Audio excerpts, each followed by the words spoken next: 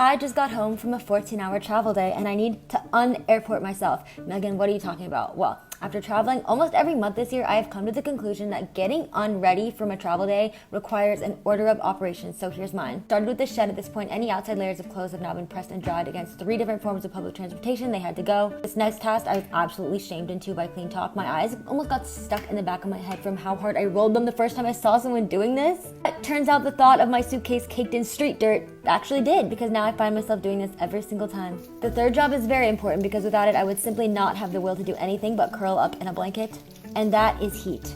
I gotta turn my heaters on. I have one in my living room and one in my bedroom. Next, I give myself something nice to look at. Never underestimate the importance of a vibe. And then I dye my beard. I'm just kidding. Now, this is where things get a little obscure, but it's very important that this next task is what it is, and that is dyeing my eyebrows. Megan, why? Well, first of all, I'm vain, and to be productive, I need to look pretty, so I need to wake up looking pretty tomorrow. I do this every week.